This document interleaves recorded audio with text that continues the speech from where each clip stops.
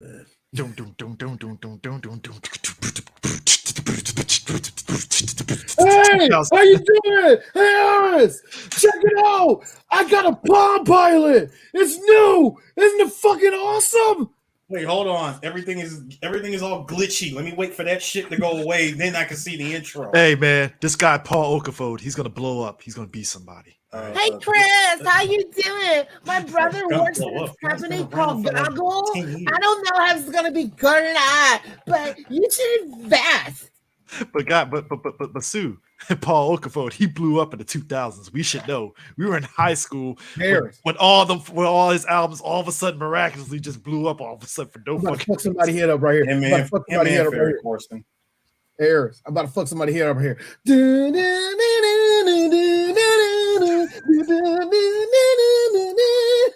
Hey man, that Planet Rock remix though. Woo, man.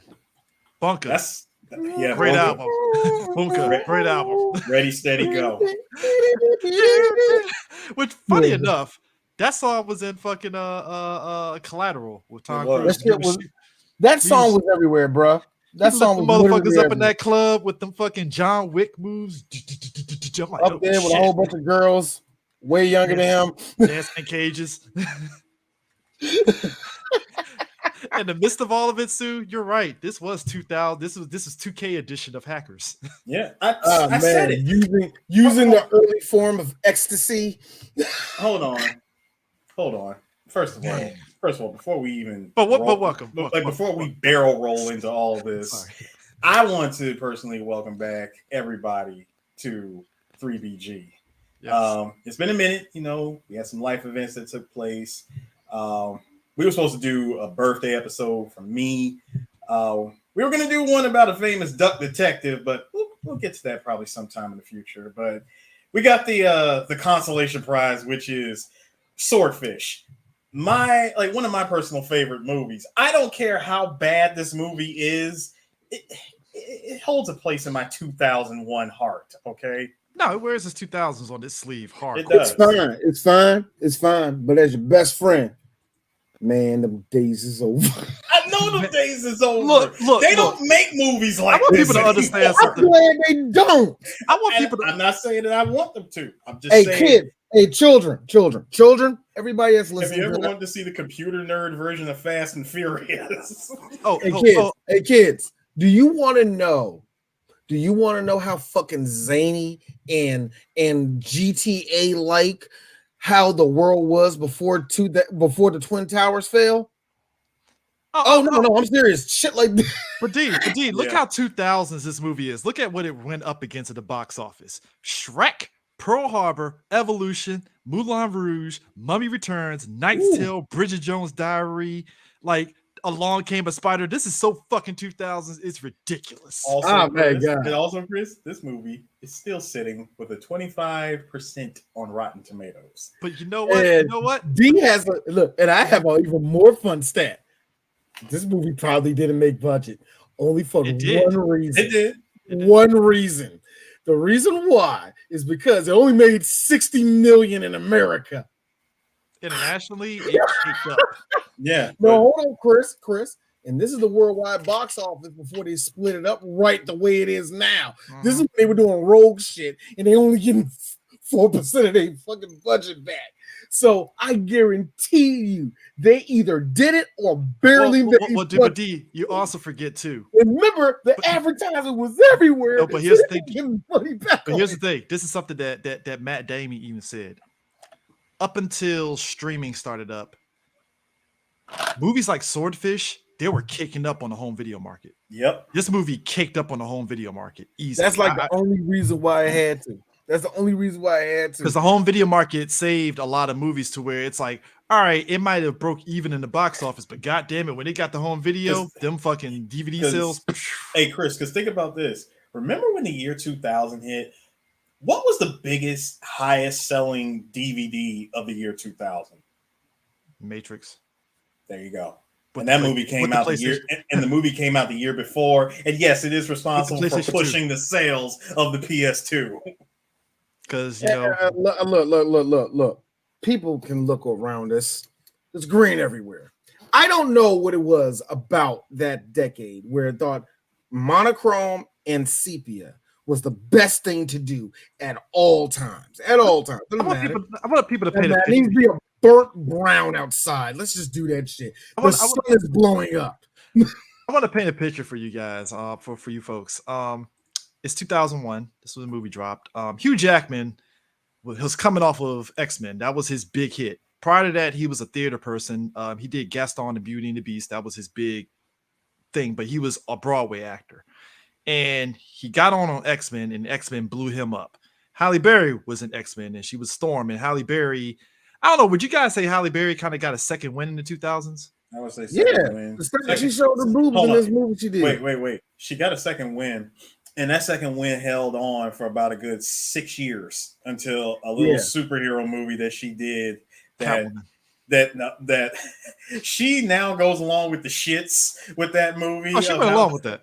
She went along with it. But like Hugh Jackman was doing that. John Travolta, he's lucky fucking Battlefield Earth didn't murder him.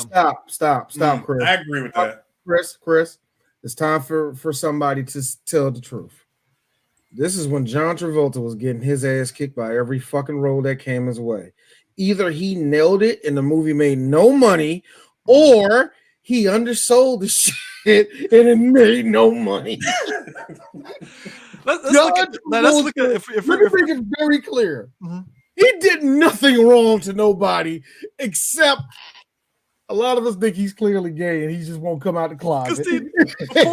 Because before Battlefield Earth, you know, the Scientology crap didn't help. Let's put it that way. That too. Before Battlefield Earth, right? Remember, he did Primary Colors, which was a big movie for him. Yep. And he did General's Daughter, which was a big movie for him. It made money, right? Look, I take it back on General's Daughter. It was a good movie, but it did okay. It did okay, but you know what I mean. Go ahead. Yeah.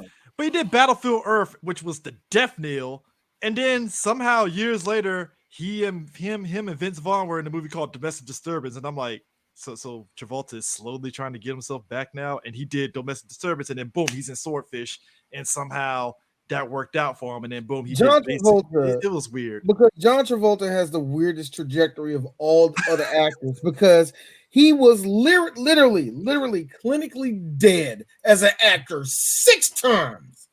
And then he did the Punisher, and somehow Punisher, Punisher, him and Thomas Jane were like the two best things about that movie personally. But they were the only things about that movie. What are you talking about? You act like it was like an ensemble of 50 other people. He did Be Cool, which people just remember for Rock being a gay guy in that movie, which I was like, fucking hilarious. Which is hilarious because people forget that little tidbit in that movie.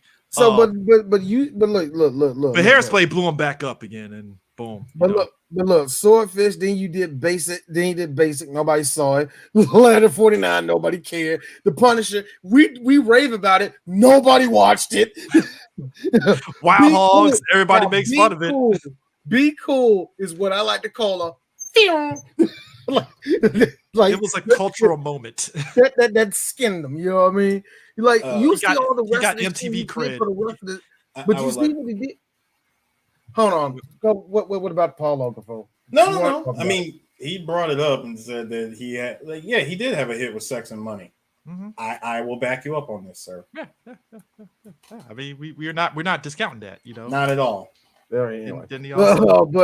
But like I said, he's been clinically dead 5 times because you remember when he did Bolt and how everybody was like, well, guess John Travolta sucks. But D, here's the funny thing. 2 years later, me and you saw it at the time because this is like early when we were kind of in the early goings of 3BG on YouTube. From Paris with Love, he fucking ate that movie up, and it was great. D personally liked taking a Pelham 1, 2, 3. I love it. Him and Denzel Washington. I actually thought they did do a bad job with it. Oh yeah, it's not a great movie, but I think it's alright. It's fine. Like you said, then Paris with Love, and everybody's like, "Oh shit, he back, balls, yeah." And then he kept on making movies. I'm looking at all the rest of them, and I'm like, they did Savages, and I'm like, "What the fuck is this, Travolta?" God, man, this nigga don't look like. But here's the thing, John Travolta, like you say, he's been, and even when we thought he was dead right there, remember we threw him in the trash like, "Let's Travolta tried again." See you, Travolta. Now all of a sudden he comes out as all of a sudden. the OJ show come out. Killed it. Just gave him a bald head, give him a bald head, and then inject him with the little serum to make John Travolta walk upright. Now you're Robert Shapiro, and it's like Shapiro, he nails it, young. Swordfish was a moment because I remember the MTV rollout for this movie. Remember they were at the MTV Movie Awards. Oh, woo! That's what, Chris. This is the reason why I said I think this movie barely made budget because it was everywhere. It was everywhere to the point because not only that, remember the news. Halle Berry is going to be topless in this movie. They made such a big deal about that shit. You want to talk about something that broke the internet? Here's my thing. Halle Berry showing them regular ass titties. I mean, regular. The guys, you're gonna laugh at this. I give them titties 4 thumbs down. Type titties. God rest his soul. My dad. I swear to you, we're both watching Swordfish. Boom, show her titties. And my dad was like, it's just titties. And I was laughing so hard because his reaction was accurate as fuck. Because even I was like, my pops. My pops. There they go.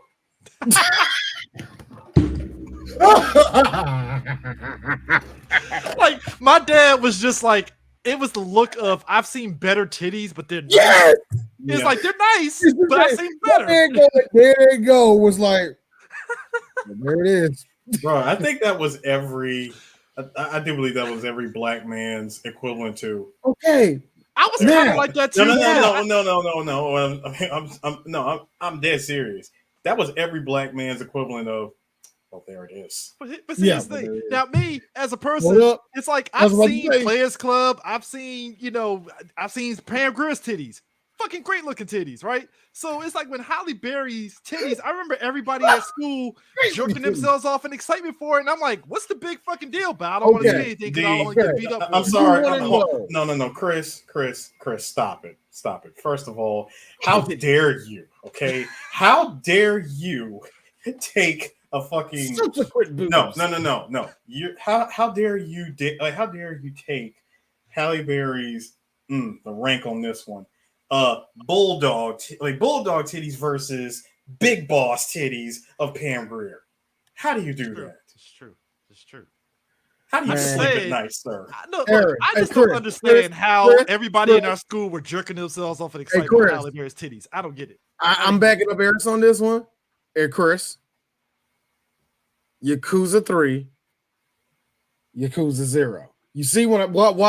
Why are you doing that? That's 5 more games. I didn't say Halle Berry's titties were better. It's just it was wild to me that the 2001 every dude jerked themselves off in excitement for it. And again, they were nice, but it was like here's the fun part about it. And this is when I learned something about people. This is when I learned more about people and understood how man. They did, didn't they? They were more fuller. Didn't help that I really wish I could erase Billy Bob out that scene. Man, let me tell you something. We all seen a look. Eris, look at me before you say it. Let's keep it real, Eris. We all seen a porno where an old white guy is lingering on the screen way too long. We all seen that. See, here's the thing. In my head, if you erase Billy Bob out of it, it just turns into a Halle Berry solo masturbation. No. But Chris, listen. Chris, listen, man. Listen, Chris. Just need a rose and it's a wrap. Chris. Ooh. Like, Chris, hold on. Just listen. Hold on. Anything is possible, sir. If we can airbrush Sigourney Weaver's bush in Alien in 1979, we can erase Billy Bob's ass. It's possible. I said the whole person. I know. Whole person. The existence, the hypercut. He's just totally out there. The hypercut. It just goes. It's just like you don't even show Billy at all. Just cut the budget. You know what it is? You know what it is? It turns into a horror movie because it's just Halle Berry talking to herself the whole movie. Right. Now, D has some. Now I have sex scene from Angel Heart.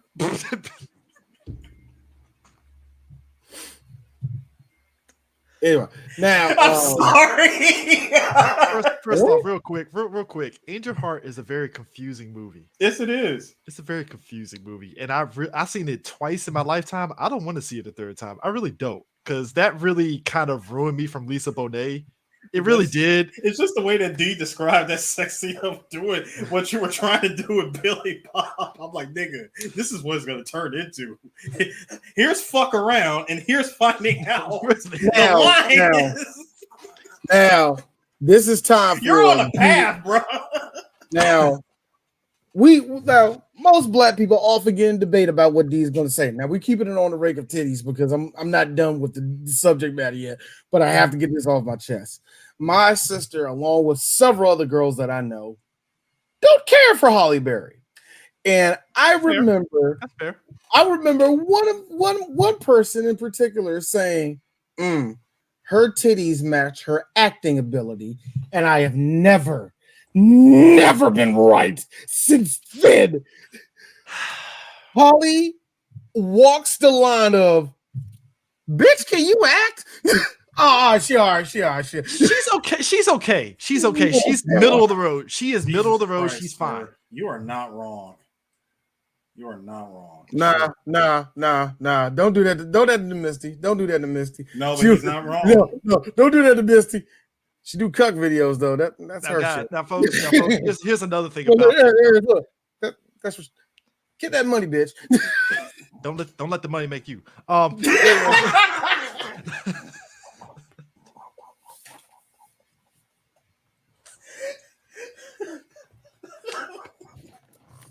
I like how black people got to get up and run when they hear something funny. Oh my god, I hate that movie so much. I fucking hate that movie. No, but here's the thing. Now, here's how great. O'Shea, how dare you? Here's how great. There's 3 different versions of Swordfish that came on network TV. There's a version of Swordfish where we see the back part where they don't show Halle Berry's teeth. She just has the book up and she's just talking to Hugh Jackman. They actually filmed multiple versions of the scene. That's the crazy part. So there's a scene where she just has the book up and she's just talking. Yeah, she has the book up and she's just talking to Hugh Jackman the whole time, which I thought was interesting. There's 2 different TBS cuts, and I remember seeing both of them where when she pulls it down, they jump cut to Hugh Jackman in his face like he's never seen titties before, which is weird. No, the 2000s. This is 2000s. Yeah, there they go. There's another scene. Considering they just came off of X-Men, so it makes sense. There's another scene where she actually had a top on. Dead ass serious. She had a top on, which I was shocked that they actually filmed her with a top on. There's quite a few people.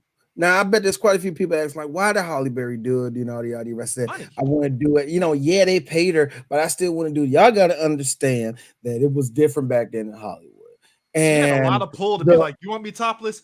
Pay me, motherfucker. Oh yeah, and then on top, look, see what Holly did. Losing Isaiah money. Thank you. What Holly did was what a lot of actresses didn't know they could have done with a lot of this shit. You mean I could have did it for more money? Yes, motherfucker. This is why you barely see actresses go topless in a lot of movies. Yeah, a few of them do that shit because I don't know, but a lot of them from what I heard, Anne Hathaway did that shit for that movie that she did. After she did Princess Diaries, that movie where she was like, I forgot the name of that shit. Yeah, she was like, yo, you want me to do that shit? Money right now.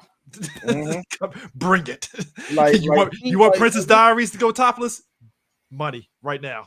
Peace. Yeah, I really don't get mad at people doing that. They want more money. Gene Acco. God damn it. I don't mean it.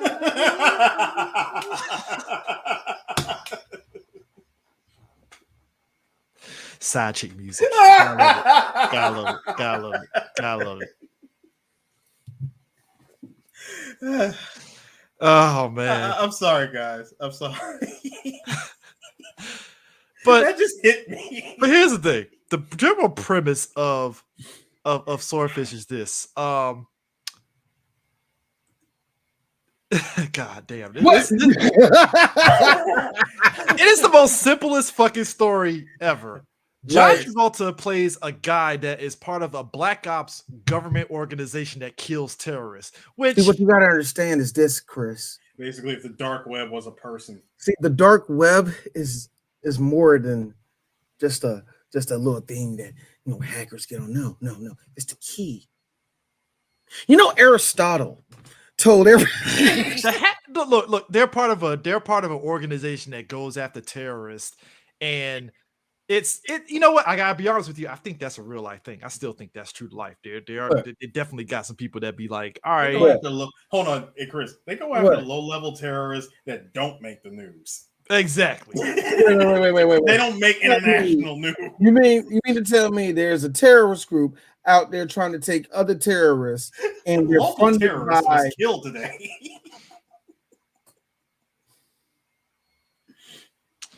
Yeah. So there's just good guy terrorists out there. That's what you want to tell me.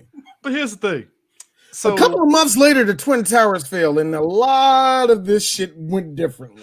Yeah, exactly. It's the necessary evil category. John Travolta plays a necessary evil, and in the midst of this, the FBI gets involved. And in these situations, because the thing of it is, if you're running a black ops organization, that means that they can fucking disavow your ass just like that. Like, if you get caught, you're fucked. You're on your own.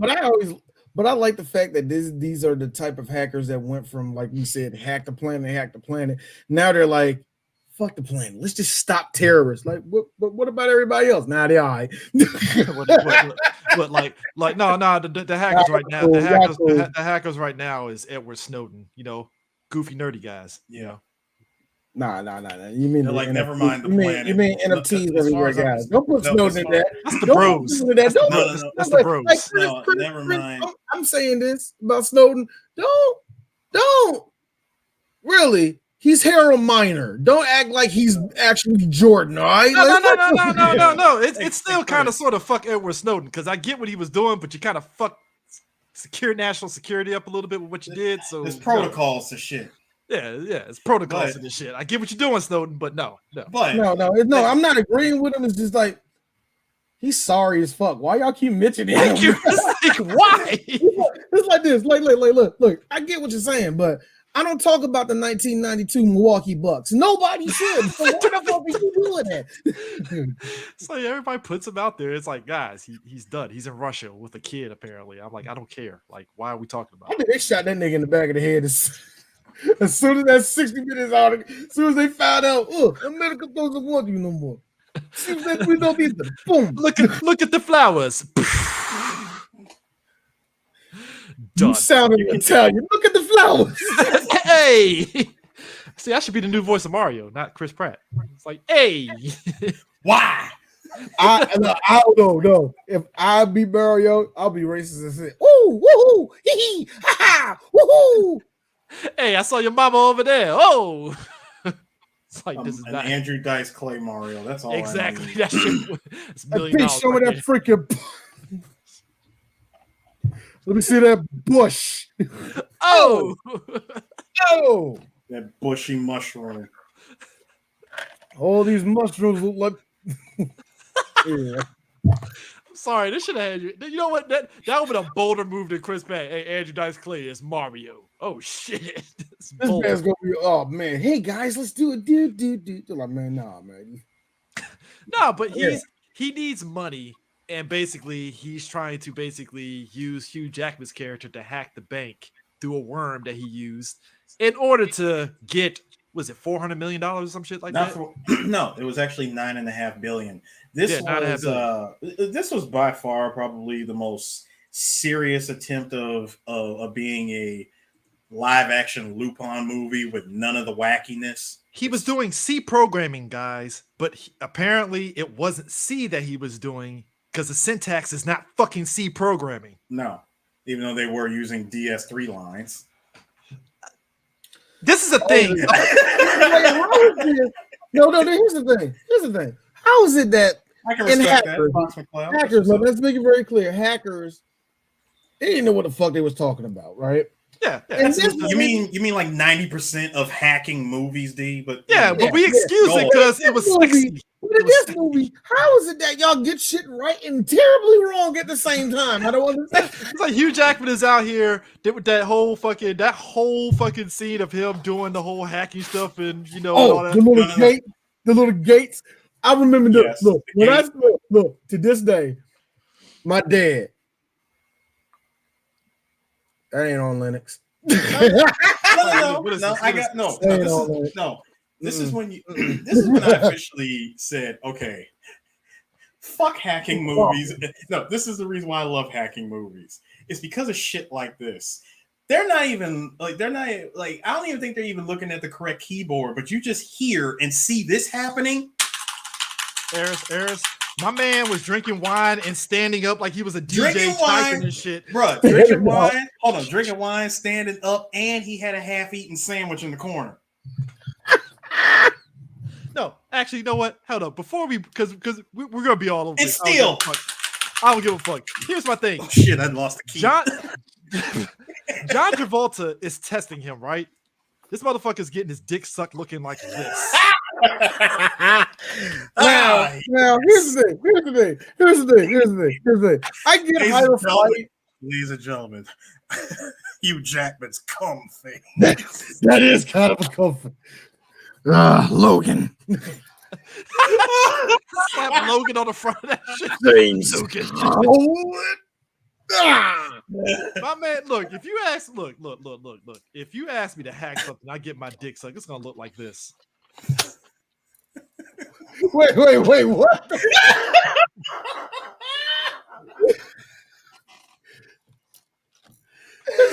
Here's the thing. Ain't no way I can get my dick sucked. I can get my dick sucked playing a fucking fighting game. I'm gonna lose. You know what? I ain't playing this shit anymore. I gotta be real with you. I'm gonna be. This is the. What are you doing? I'm soft. I don't get what. Why are you biting my dick? What is going on here? Bro, this is not even good. Like, look, I can't even do it. Get the fuck off. I would look at Vinnie Jones and be like, you know what? Just go ahead and shoot my ass. This shit ain't working. Real quick. Hey, Chris, hold on, Eric, real quick about Vinnie Jones. I like how, because the dialogue in this shit is terrible, but I like how they had no dialogue for Vinnie, and they just told him, "Hey, Vinnie, in this scene when you pointing the gun, just say some shit you would have said like you said if you was on Snatch." Yeah, do that. Say something British for me. And then turn around, and then this shit happens. British and threatening. Bro, that was funny. That is hilarious. You held on to the wrong dude. This guy doesn't look like he bench presses for shit, and Vinnie Jones, your heavy ass is holding him down. You already knew the vibe. Note the fact that this man is married. Whew! Yeah, I didn't even catch the ring. Holy shit. I just caught the ring. Holy shit. Damn. I got a question, Eris. Why was that the concern? Because it just stuck out to me. I'm like, oh, damn. He's married. Oh, damn. Poor guy is married. I was like, poor hostage, married man. But no. I wouldn't like a British man. I wouldn't like a British man hanging on me like that. I gotta go back to that hacking under 60 seconds. First of all, that's bullshit. Second of all,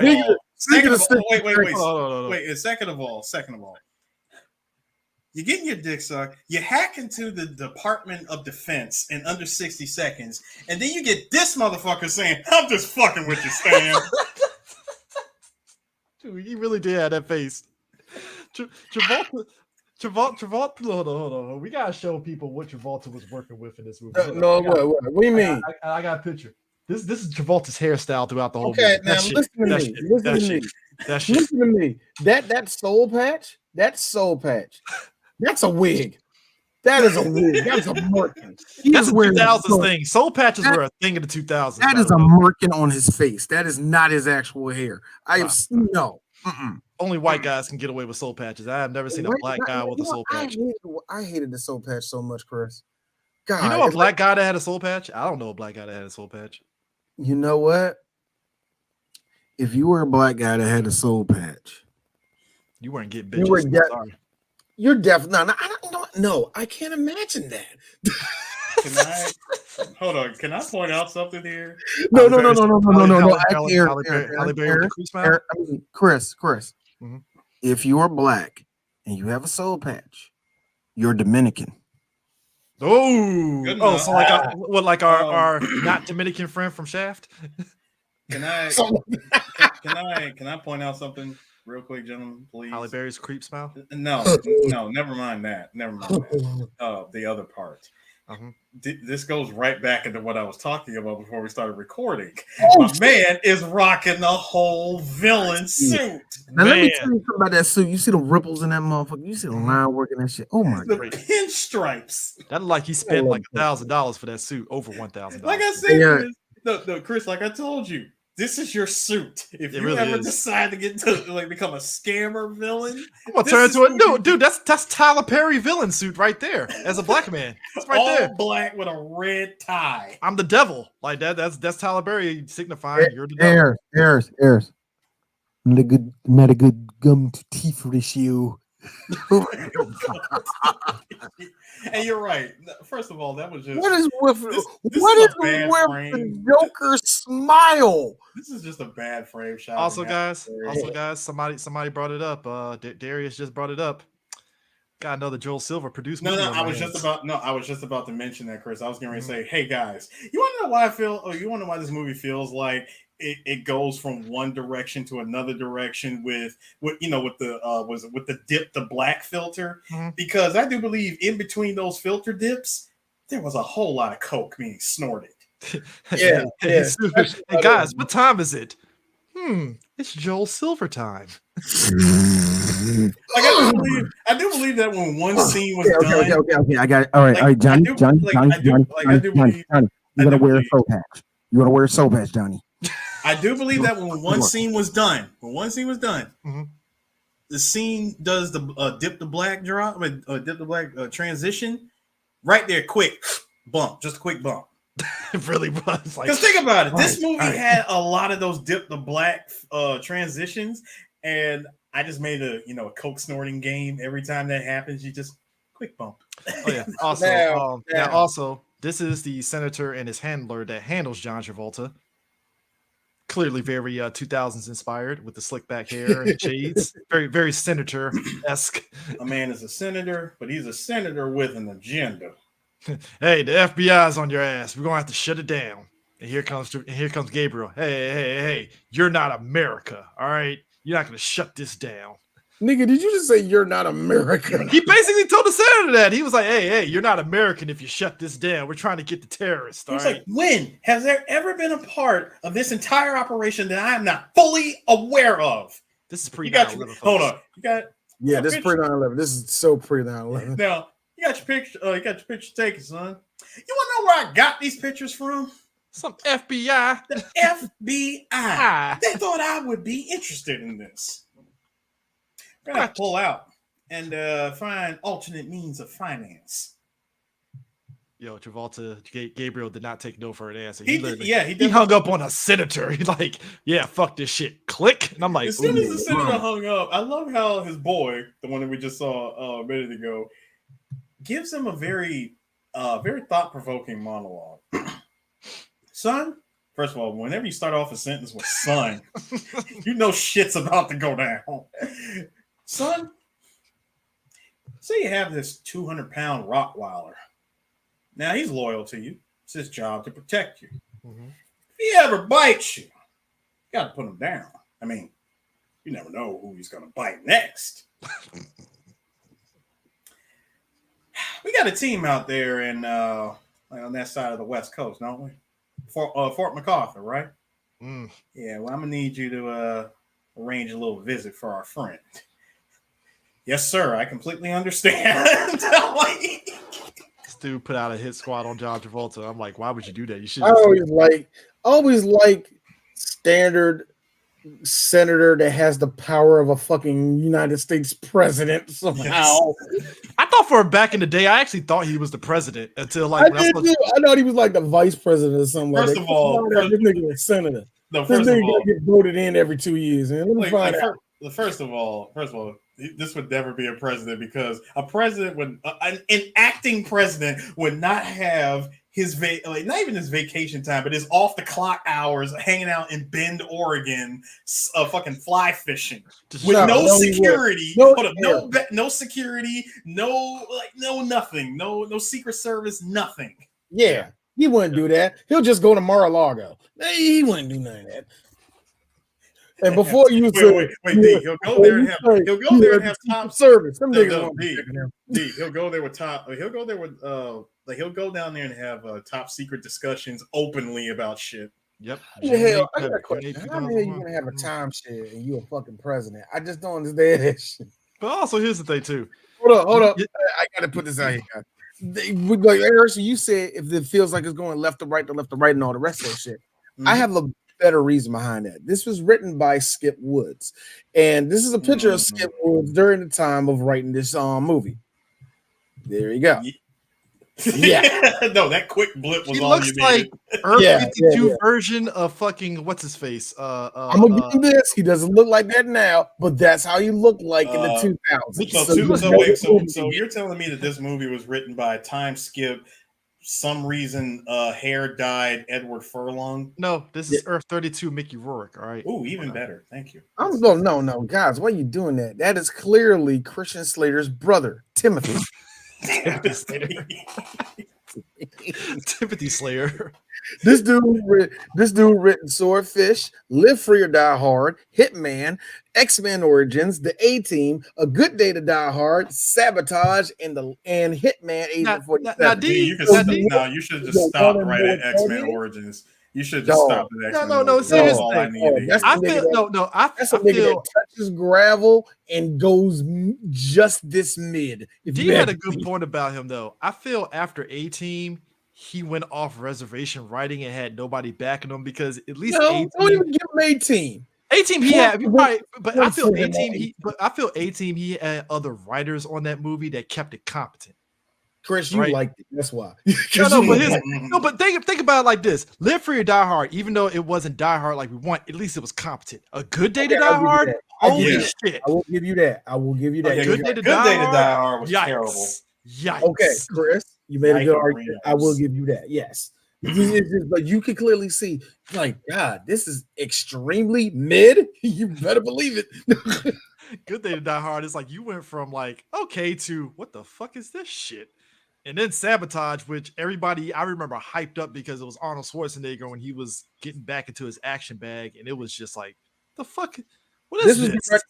And this was directed by Arnold Schwarzenegger and give us this with a sex scene, which I didn't ask for. It was weird, wasn't it? That came out of nowhere, didn't it? And then he did Hitman Agent 47 when Hollywood gave like 2 strikes. Dude, how did Hitman get 2 opportunities and they still came out with fucking mid-ass movies? I don't get how. You want to know why? Because much like Swordfish, the overseas number save your ass, I see. Because China, for some dumb reason, loved Agent 47. 46, whatever the name is. Yeah, they love that movie, though. So that gets me like, what? Who was what? China. Donna McSena, I feel after Swordfish, he tanked. No. First off, California. Let me make this very, very real. California's pretentious as shit. All right, let's just keep it right there. Gone in 60 Seconds is extremely forgettable. As much as y'all want to talk about, oh man, you're only watching it. You're only watching it for the fucking final drop, the chase at the end. That's it. You're just waiting for that. And, in like 2 scenes with Angelina Jolie, I fucking what's his face in the movie, and that's it. Now, that's it. Now I didn't see Whiteout. But Season of the Witch. I did see Season of the Witch. Fuck out of There's a reason why this nigga ain't doing that no more. Good. Season of the Witch. That was a moment, wasn't it, D? Ooh, that was a thing. Ron Perlman. How do you waste Ron Perlman in that movie? I was mad. Remember in the 2000s with video games and movies where they stopped being subtle about going back to the 80s and shit, and they had no fucking like wherewithal or fucking like decorum to fucking handle that shit. Like, yeah, we still do that now, but it's much better compared to when we did it like in 2000. Like that Far Cry DLC with Michael Bean. That shit when it was all 80s. Oh my god, Blood Dragon. About it at all. That was 80s drip in blood. Like not even an 80s drip, but just even like references to 90s movies and shit like that. Conan, the Jason Momoa shit was like that. It was like, yeah, we're trying to go 80s with it, but I'm like, and look, fuck, nigga, we just mentioned it. A-Team. A-Team, you know what? A-Team, no, I'm gonna be honest. I'm gonna be real with you. I'm gonna be real with you, D. A-Team was so much Golden Globus, it was ridiculous, and I fucking loved it. That's probably why I love that movie. It was so Golden Globus. That's probably the only reason why you liked it, because enough people died. It was so. Didn't that movie also inspire the Losers? Yeah, it was kind of like it was A-Team, and then Losers came after it. You know what? Actually, I had a problem. I actually didn't like how all of those like those graphic novel movies that came out all like at one time. I hated that shit because I couldn't keep with it. Shit, kick ass. Like yo, but whatever. But still, but Swordfish. But the thing that got me with Swordfish is like, you know, we see Halle Berry. Look, pixie hair, Halle Berry. It got me. Hey, look, look. As much as D gives those titties two thumbs down, I got to be really honest with you. I think she's cute as hell. This look right here is like that look just got me. I was like, she got me. Man, not that. This was cute era Halle Berry. Yes. Halle Berry, look, there's something about black women, how they have utility with wigs, because she looks good like this, and then boom, she pops this shit on. Like, yeah, I fuck. Yep. Why not? I hate you for just saying that. It's yo, I ain't lying. Am I lying? He's not wrong. Am I lying? Like that's utility right there. That is utility, bro. The moment she walked into that bank with them damn Louboutins, she was like, "They ain't gonna know. I'm about to Fuji coat the living shit out of these niggas." They ain't. I was like, "Hey, it's the glasses and everything." I was like, that's actually pretty good." And you know what? I don't know a single black woman that would complain about the wig on this because it looked pretty damn good. It looked good. So it's like, all right. No, cool. Hey, Chris. You don't know black women. Hey, compared to later on when Tyler Perry just said "fuck wig," Chris, it's actually not bad. Chris, and you know, Chris, you know this as well as I do. Never underestimate a really catty gay nigga, and never underestimate a black woman that wants to hate you. Okay, don't do that. Also, never underestimate those two people because there will be a room full of women. Oh, her hair look good. The gay nigga. Look at that little. Now, see, here's the crazy part. Here's the crazy part, D. Here's the crazy part, D. Her as storming X-Men a year ago. Oh yeah, let's fucking flay on that damn wig that they had. All right, look, I'm not talking about the wig here. I'm just saying, like, never underestimate a black woman that wants to hate on a wig, because they'll find a crease. Speaking of which, Don Cheadle had hair in this movie. I totally forgot.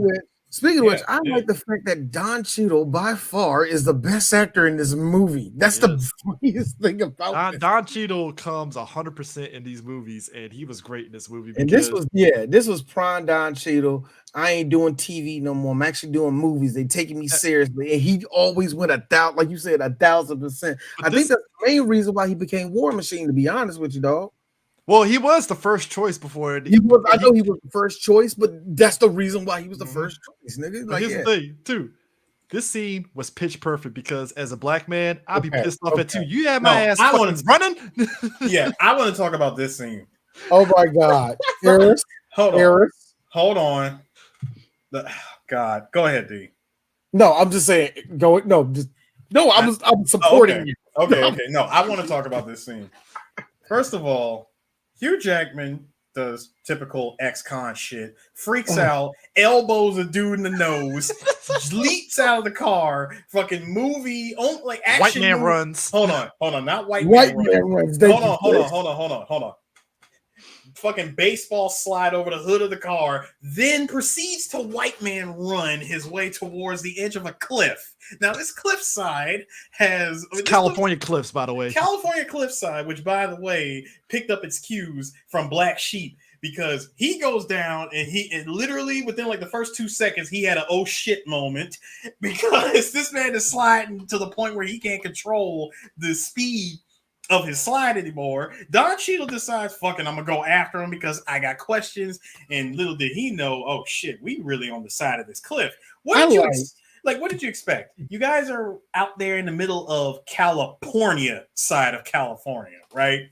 The valley, that cliffside. So They're both sliding down this hill. And yes, D, when you had sent the video clips earlier, I was laughing because I was like, bro, concussion, death. Yeah. No. Look. How are you breathing? Let's put it this way, Harris. It was funny when Chris collapsed Farley lung. Look, this, Harris. It was funny when Chris Farley did this shit. This is a video game. I just laugh because he really had that. Oh wait, it's a video game with quick time events. I mean, y'all ever play? Y'all, come on, nigga. We all play Uncharted. We know where this is going. Dude, because look at his face. That is a face of like, I can't believe your ass had me fucking running after you in this suit. D Shaw, 3 Black Geeks. I got a question. Don Cheadle, why is your suit clean? Bruh. Not a speck of dirt on it. Now, granted, it could be because it's brown in the lighting, but still. Also, I'm gonna say the brown. I'm gonna say the brown and lighting because it is this particular shot of the film. Because when he went down, oh yeah, it was definitely dusted on the back. Them niggas did a straight. You ever did one of those drops in Tony Hawk where you drop straight down? Yes. That's what it looked like they did. You just saw stuntmen leaping to their deaths going down that hill, man. I know that's not crew had to be on top of that, this man was on top of that. Don Cheadle's over here trying to he was trying to grip with them damn Stacey Adams he was rocking. I mean, just them shits is not made for grip, dog. Also, and D has to say this: there's not a rock jagged enough for you to hold on to. Harris. Now this is trying to be funny. Hey man, you got over here real quick. How you get over here this real? Well, as you know, this is the 1999 Chevrolet Caprice with 4 doors. 4 doors. It's great. I'm sorry. That is a standard Caprice in its element. Anyway, and the best part about it, just to show you how 2000s this movie is, by the time Jackman gets to the bottom of that damn cliff, my man showed up in the Caprice and hit his ass, which made me go, so hey Don, could have shot his ass already if you not even shot him. Why didn't y'all just hop in the car and y'all could have just, here comes the movie cliche, head him off at the pass? I'm just saying that's a 350 engine. You see, Harris, with the 350 engine. What kind of carburetors in there? Yeah, this is the thing. No, the reason why D is saying this, that's a 1999 Caprice. Real recognized real. You're not outrunning that. You ain't outrunning that shit. First of all, by the time Jackman even hit the bottom of that cliff, he was already winded. That nigga hit the pedal. I guarantee you, that nigga hit the pedal twice going downhill. I mean, dog, he got there with the quickness. I like how he looked at my man and was like, yeah, sorry about your face. And he just gave him the finger. Just give him the finger. That's really all you can do. Yo, he elbowed the shit out of his fucking face. It was just like, there wasn't a rock sticking out of their ass at all. That's the only problem he had. No ripping the pants. Like I said, Chris, bleeding. They didn't need to bleed, but come on, buddy. Hey, Chris, this is what happens. This is what happens when a main character panic. When main character panic kicks in, you get like plus 15 on brute strength. Well, so that elbow did enough damage to completely disorient him. Hey, look, I got to be honest with you, Harris. Let's just be real. I like how this single dad hacker who lives by himself is on an oil rig in Texas shape. On an oil rig in Texas, spectacular shape. All right, look, this was one of the things that this is a pet peeve of these. This is a pet peeve of these, and I hate it when I see it today. Now, Chris, granted, no, I don't want to see the geek-a-doofus nerd in a movie. You know what I mean? Like, I'm just trying. I'm like, yeah, that's stupid. But you know what I don't like? The insult. You know, yeah, I'm a hacker. I just woke up today. You have abs. Bullshit. You're not a hacker. I mean, we seen Mr. Robot. What's wrong with you in the gym? Here's me. Blue eyes, blonde hair. No, bullshit. No. Well, no. I'm sorry. Beautiful blue eyes, blonde hair, abs. You're not a hacker. This is bullshit. Well, guys, the French model. Right, you the nigga that lost his job at Abercrombie and Fitch. Don't do that. But speaking of Abercrombie, the French Abercrombie French model that got murked inside the fucking interrogation room. beautiful. Oh yeah, fucking beautiful. Yes. Okay. That was great. First of all, I want to say to that man, Axel. By the way, that's his name. Axel. He is actually Finnish. Ooh, my bad. Finnish. And when Don Cheadle threatened to shoot him in the hand, which, by the way, do you know how hard it is to deal with a keyboard with one fucking hand? Not exactly a lot of fun. So he says, "Look, and I can't give you, I don't know his name. I just do stuff for him, and that's it. Give me something, man." The Monologue, which was used for one of the best Paul Oakenfold songs ever. My man said he lives in a world beyond your world. We only fantasize. He does. He lives a life where nothing is beyond him. Because nothing is beyond him. That is such a bullshit Hackers Manifesto jargon. Like, what the fuck? I loved every second of it. My man said that shit with such seriousness and conviction. I'm like, really, man? Dude, when he said, for all of his charm, wit, money, and expensive toys, he is a driven, unflinching, calculating machine. He takes what he wants and disappears. Oh, guys, remember? Hey, bro, I love the overselling of the main villain. Well, you remember the beginning of the movie with Gabriel talking about Dog Day Yes. Afternoon. You know what Hollywood is? They make shit. Unbelievable, unremarkable shit. Which, by the way, Chris, that is what I had said to D when he was researching this movie. I said, Chris, you're gonna hate Gabriel at the very beginning of this movie. My nigga said, I'm not some grungy wannabe filmmaker. I'm like, hi, Mr. Gen Xer. That's searching for extensionism. Existentialism. All right, look, check it out. Look. When he did that whole little thing, like, see, it's new, and the whole new millennium bullshit. Okay, check it out. 2000s Andrew Tate. Shut up. Just shut up. Just 2 seconds. 2 seconds. This whole hype up. The whole, like you said, the whole manifesto, like, he's a nerd. This nigga can't run. Where is he at? Here's the sick part, guys.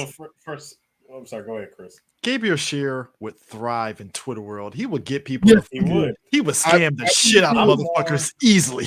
And I am more mad. I'm more like D. I am more mad you called him 2000s Andrew Tate, because now I haven't printed into my freaking brain. I mean, think about. Hold on. Hey! At least Gabriel will give you money. Shit. No. I know, but I'm saying that my point is that I'm just hearing. You know what the problem with Hollywood is? They make shit, unbelievable, unremarkable shit. Stogie in your hand like this. Yes, it's got to be a Stogie, and I need the dark sunglasses. Barreling chest out for no damn reason. Why you ain't got no shirt on, dog? Put on the shirt. Like, put on a shirt, nigga. That's gay as shit. Like real though. Like I'm not saying gay in a homo sense. Just gay. That's gay, nigga. Yo, all right. Also, for what, bus? Like for what? Bus? A plane? Like a couple $1 million that's federally insured? I'm a man. This is what I do. Shut up. I opened the door. Oh God. Yeah, you opened the door by saying that, and I leaped through that bitch. No, Harry Houdini. We're gonna also real quick. You know Harry Houdini? Real quick, I'm trying to get I'm sorry. I'm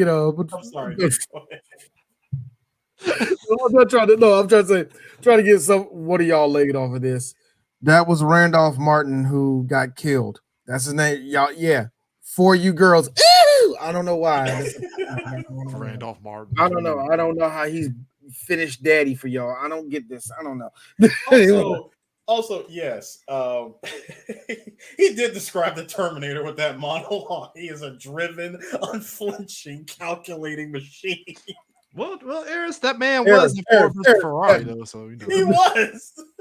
As bad as that shit got just out. I got a question. You know who Harry Houdini is?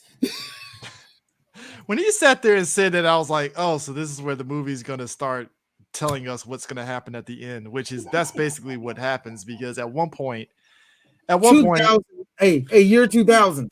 Oh God. Fuck you for this trope. So what happened was, what episode it was is having the cannon fodder explain the main. After we got that whole music video of Hugh Jackman hacking and stuff, he's going down in the wine cellar to get some wine, and he finds the wine. And he looks over to his left slightly and sees a fucking John Travolta body, and he goes upstairs because in that second you're thinking, did somebody kill John Travolta? What the fuck is going on? Boom! John Travolta sees him at the door. Dude, he sees him at the door and delivers the best line. Stanley, look like you've seen a ghost. So I'm like, he already knows. He already knows. All right, these show 3 be like geeks. You can't drop the Harry Houdini thing and then do that. No, he did it after that. That was after. That was after that. But that's what I'm saying. It's like you just gave it away. But that's also gave it away. Why would you do that? But hold on, D. The third cherry on top of this of the 4 horsemen of shenanigans of Harry Houdini is after they get back from the escapades of killing the fucking senator's hitman and shit. He gets back. Boom. Halle Berry got a fucking butt or a wire on her, and he's like, "Ho, what's going on here?" And then all of a sudden she says, "Oh, I'm DEA." Actually, that was before that. It was that the whole thing about him running into Halle Berry being DEA was after no, Chris, it was after the thank you. No, it was after the thank you, little Roots, please stay strong cliff slide. Yeah. So you got the DEA, you got the dead body, and then you got Travolta doing his whole shooting guns and 2000s gun shooting kind of bullshit. Kimbo style. You do the dual wielding guns, nigga. This man's dual wielding 245. Guys, it's the 2000s. Hit the E brake. First of all, now I can't be mad at that because I'm the guy that loves Punisher Warzone, and you saw him on the fucking chandelier. Yeah. So I can't really be mad at this. So point of note. Yeah. I can't be mad at it, but it's still stupid. It is. Point of note. No, you have to say that Tuscan. No. If you don't, you give it power. So you have to. Point of note, CJ. Mm-hmm. That Tuscan TVR though, with the color shift. Yeah, it was. It was great. Beautiful villain car. It's great villain and car. And that says, yeah, it was a supermodel in here. Yeah, she got fingered. That type of car. No, she blew me too. She blew me. Hey, look. No, Harry. And then I blew her. No.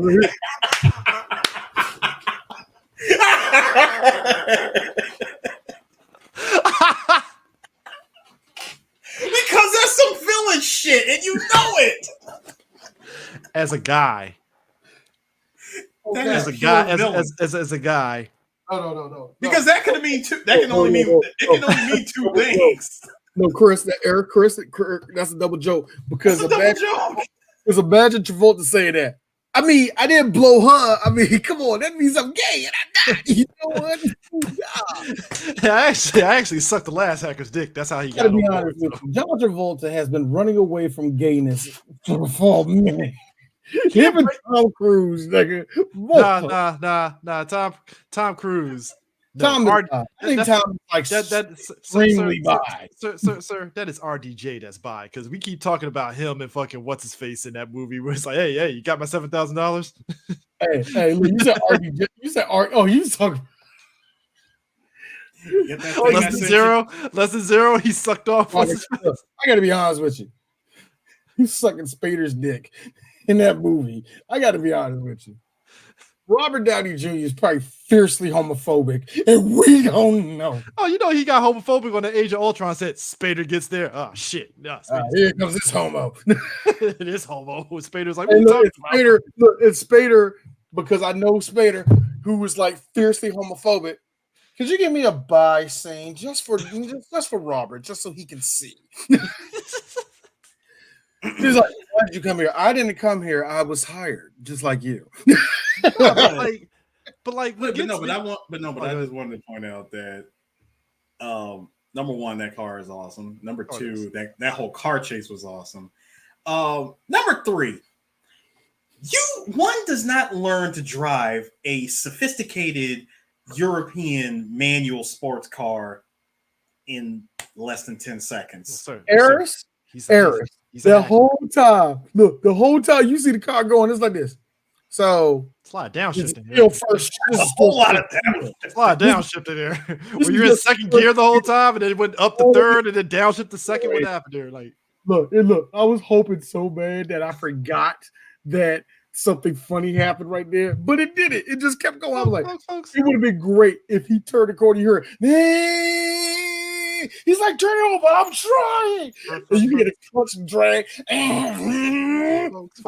This is a problem because same year Fast and Furious came out and it did the same exact bullshit. I don't know how to drive a stick. A lot of downshifting, and I'm like, why are they doing a lot of downshifting? So much downshift on a quarter-mile track that looks like it's like 2 miles long when they're fucking racing. It makes no goddamn sense.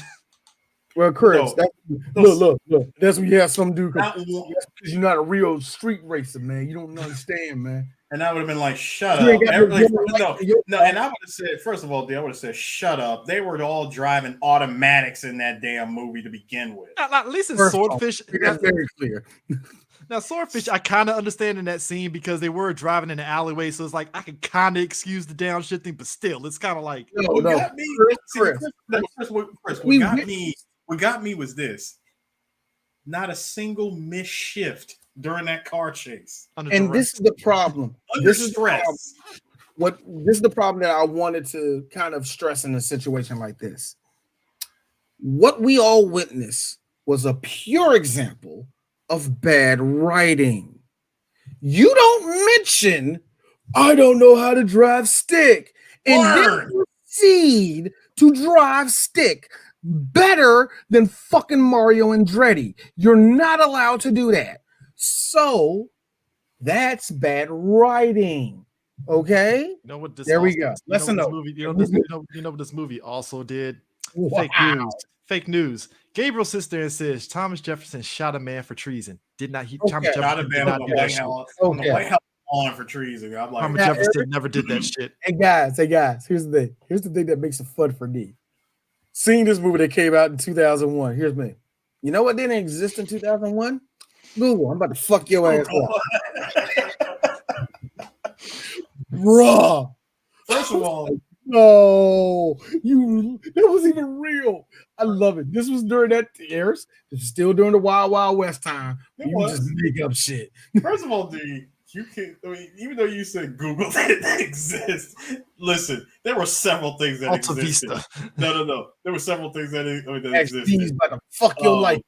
Like GeoCities, Alta Vista, Ask Jeeves. I'm going on No, Lycos, but the most popular of all, Dogpile. Oh, now here's the funny thing. I feel we were robbed of this because this could have been interesting. Val Kilmer was supposed to be the Hugh Jackman role in this movie. No. Do you think that dynamic between him and Travolta would have worked? Not that it wouldn't would have worked. My thing is this, and I hate to be this person. You want to give it to the younger, more up and coming actor, and I would have given it to Jackman. That fits the hacker role. John Cusack was the second choice. Way too old. He's too old looking. He has a young face though at that time. Fuck, he's 40 in every movie. That little shit. I like John. All right, but no, nigga, not this. Yeah, that was another one. Yandex. Ooh, damn. Yandex and Yahoo. Dog, that's a old one I didn't hear, man. Admit it. Fucking I got one for you. Look. I just want to say this out loud. Hotjobs.com. I had to get off my chest. Hot jobs. God damn. Oh, realbuilder.com. Does that still exist? Also, all right, Nick Nolte was supposed to be the senator in this movie. That would have been great.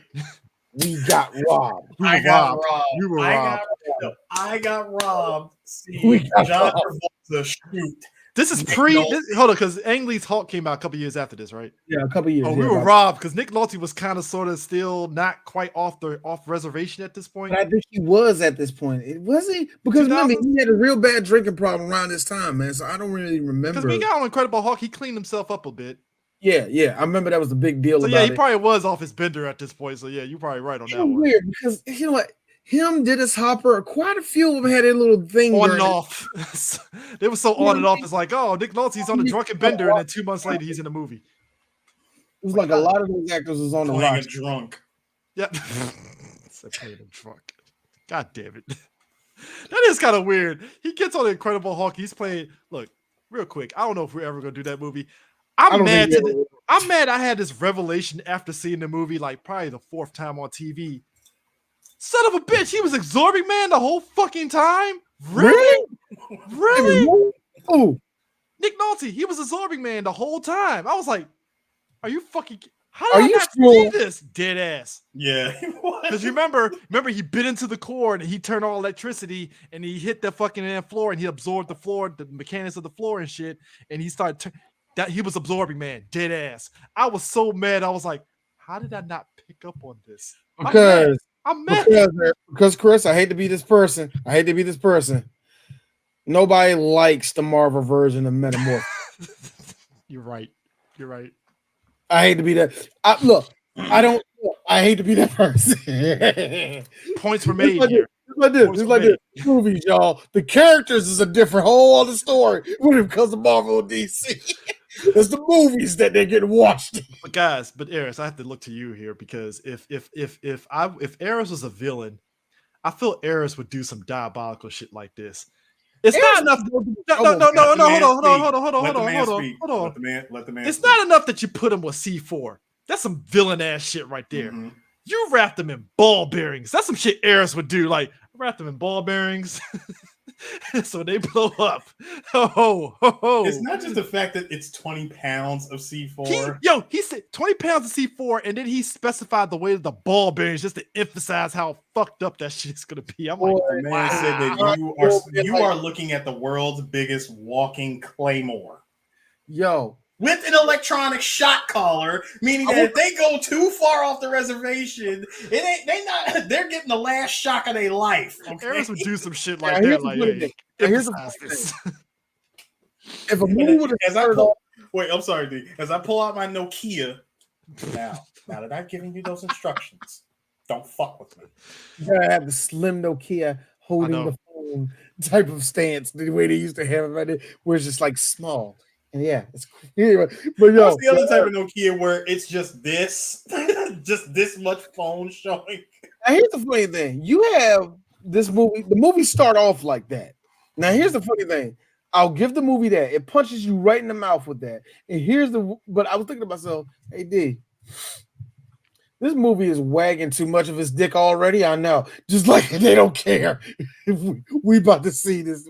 This about to be wild. The rest of the movie. The second that white lady started screaming, I'm like, here it comes. When she sat there and tried to run back to the door, the SWAT team game, I was like, R.I.P. lady, you ain't coming back to that. The second she started running, here's Don Cheadle. Hey, everybody, jump and look dramatic for this.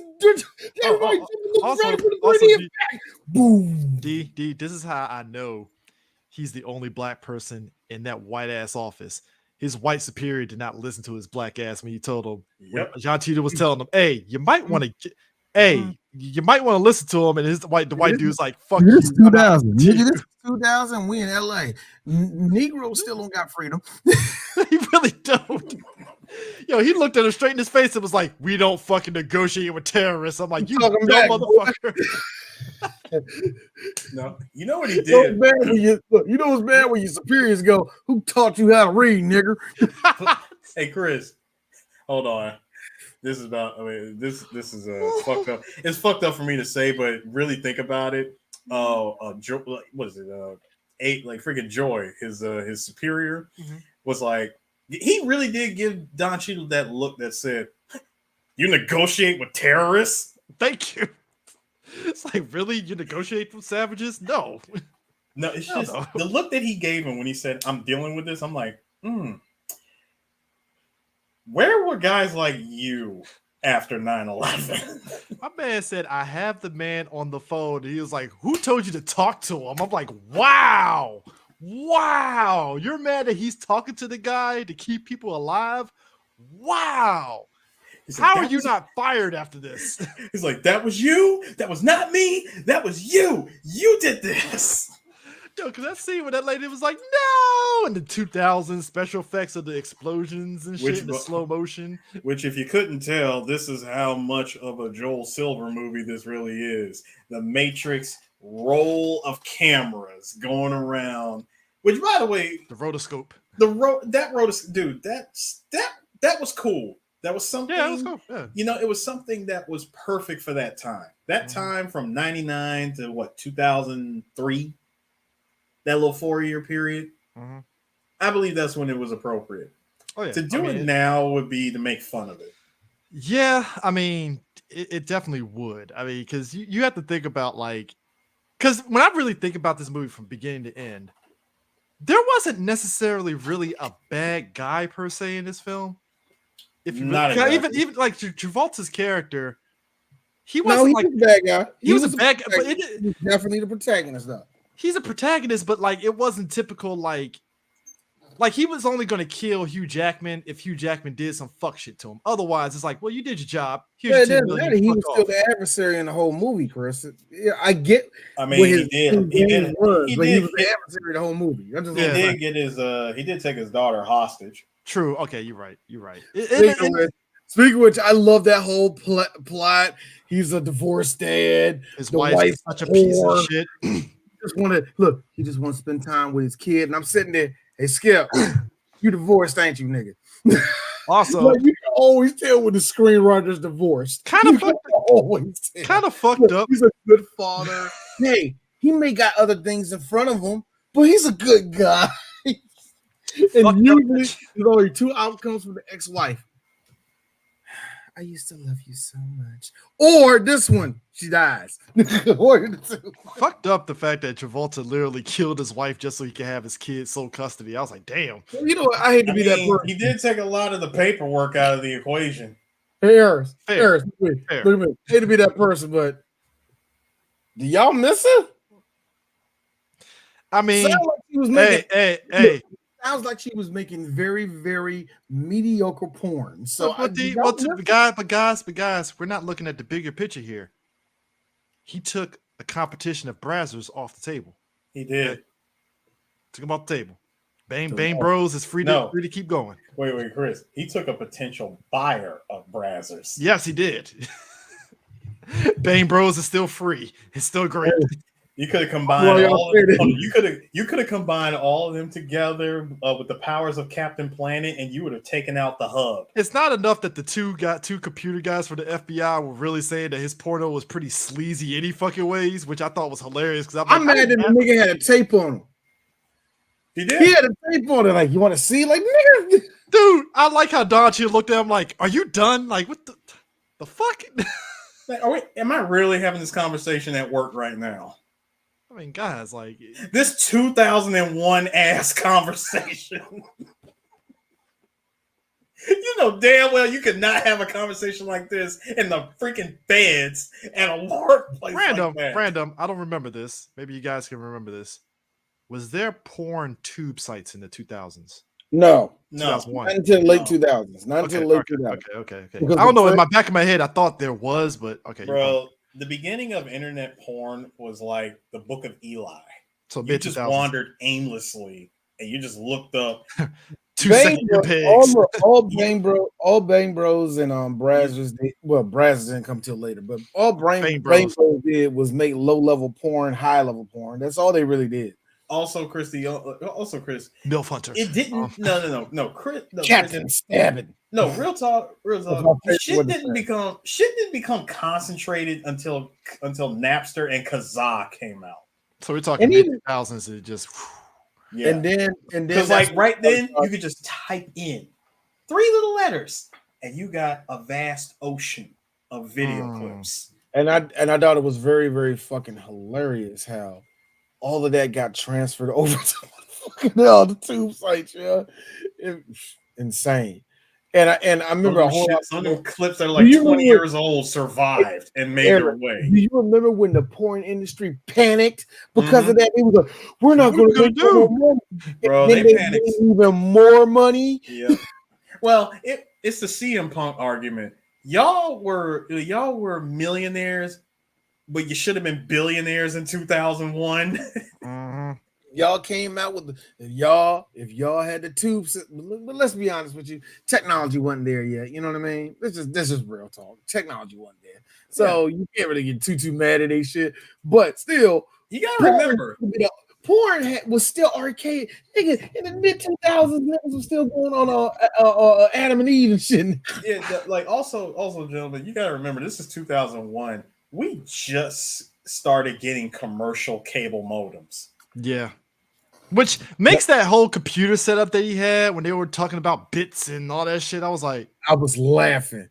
My man had like 9 different monitors, all different sizes. That was the dream back in the day, right? Have 9 different monitors. That was the dream.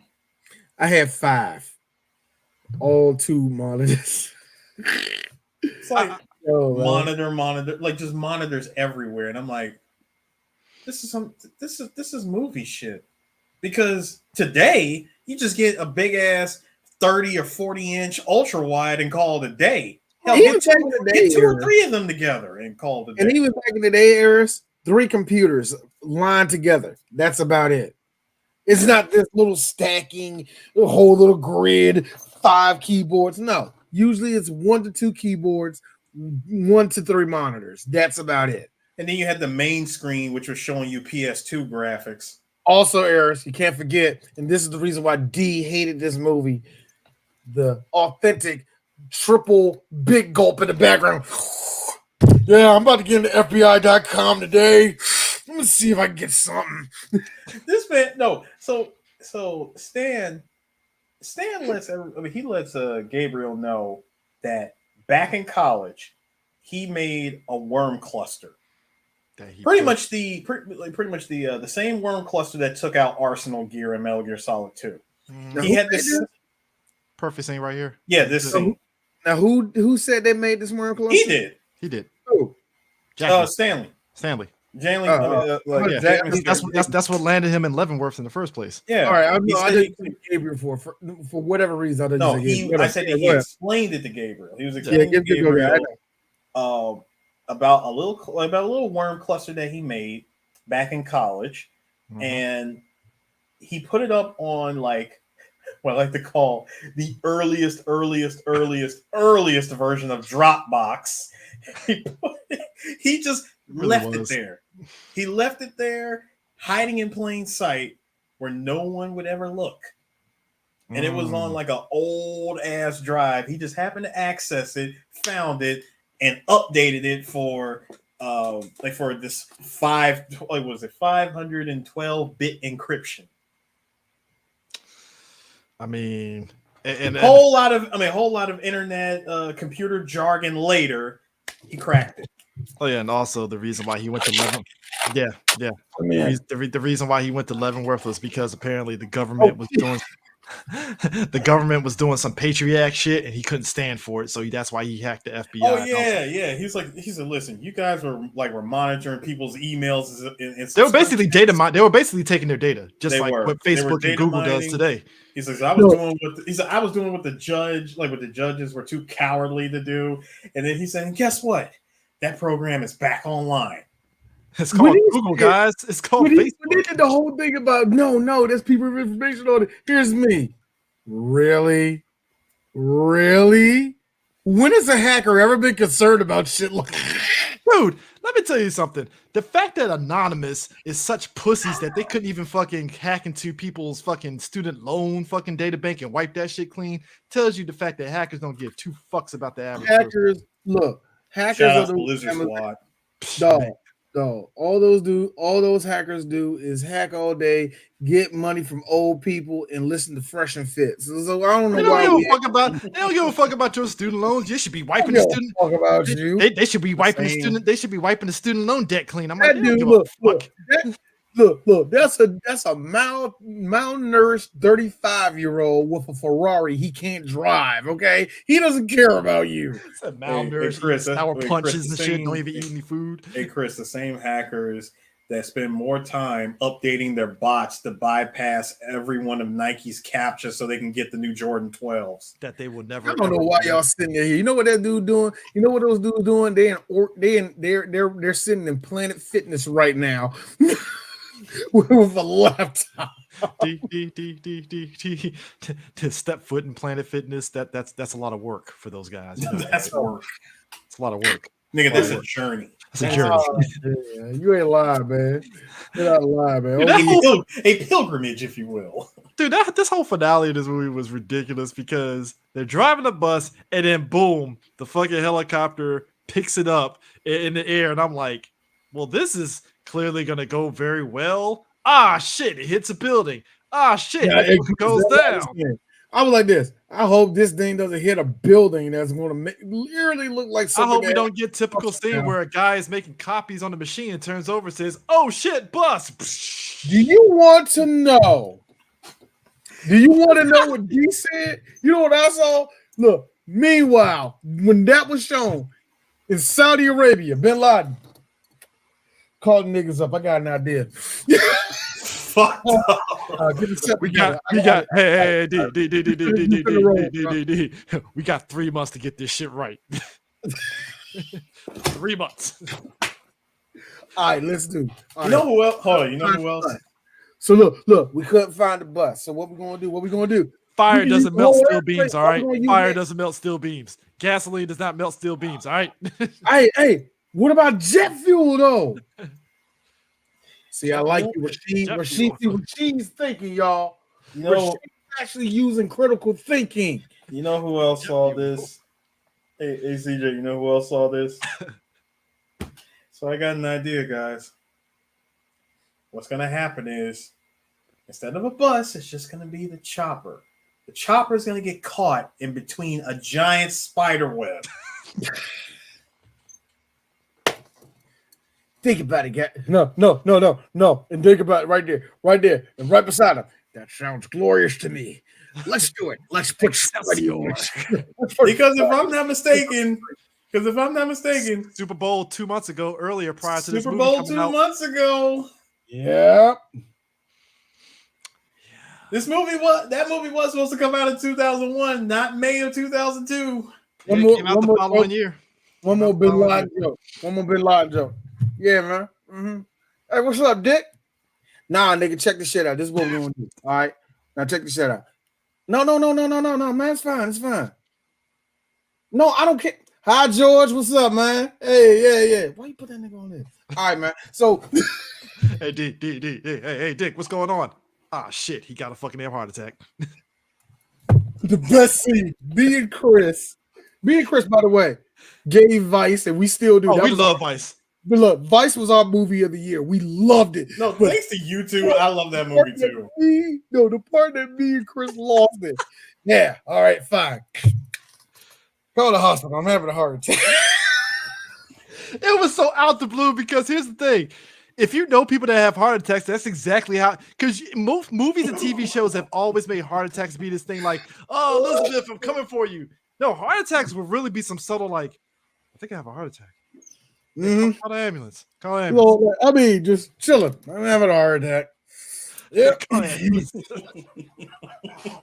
always told myself, if it gets that bad, when you have a heart attack, when you just like, there's another one. Well, that's the end of this soup. Dog, the fact that he gets on there. Eric. Wait. I was trying to go down there today. I don't guess I ain't now. Please don't give that to Sam Raimi. Bruh, he came up with that before this movie dropped. I mean, Sam Raimi would do some shit. No, but you sit there having a heart attack.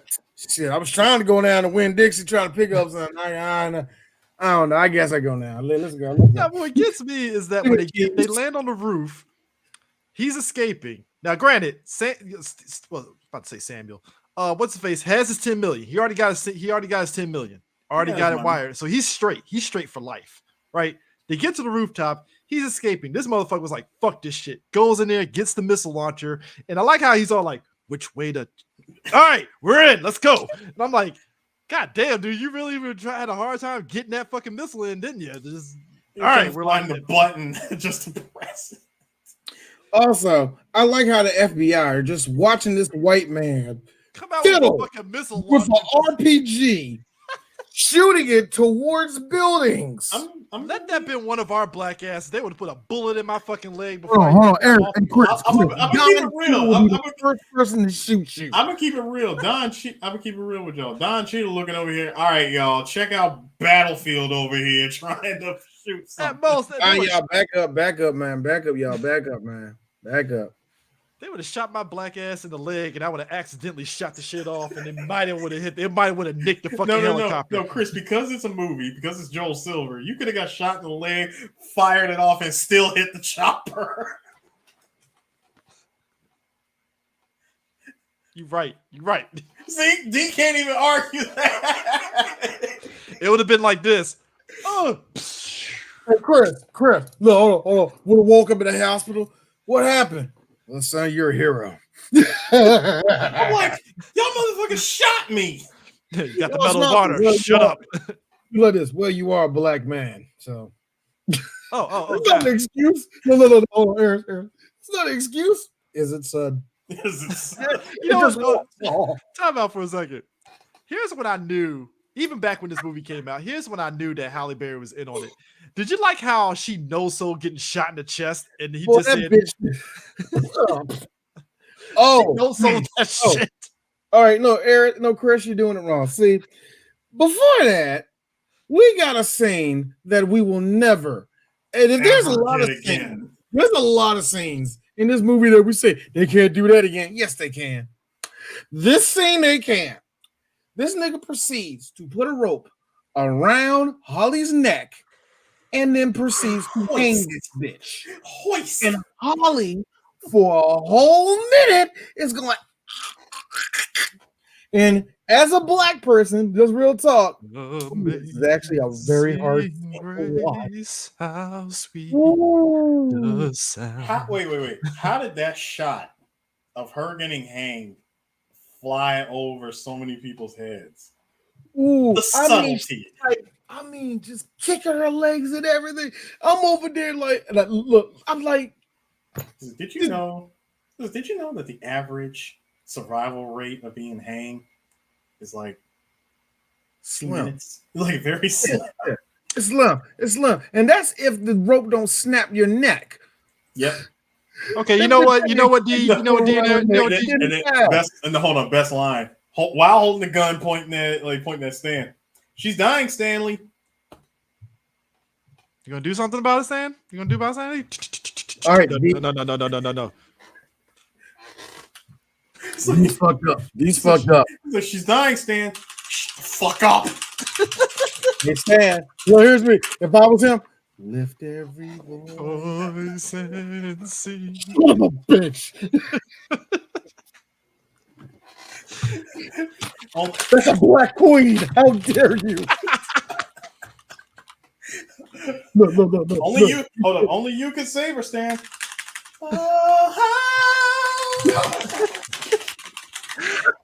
I'm not racist. I gotta save her.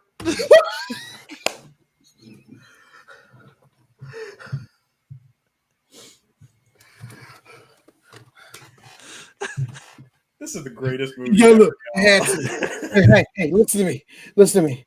I had to. I blacked my profile out when Trayvon Martin died. I had to. See if it was me.